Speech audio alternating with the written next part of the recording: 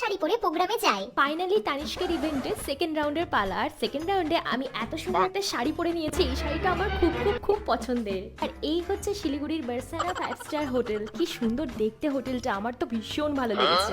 মা, স্টেজে ওঠার আগে তুমি আমাকে কয়েকটা সুন্দর সুন্দর রিলস আর ভিডিও করে দাও। ওয়াও। চাল, ব্রেকের পর ফাইনালি সেকেন্ড রাউন্ড স্টার্ট হলো।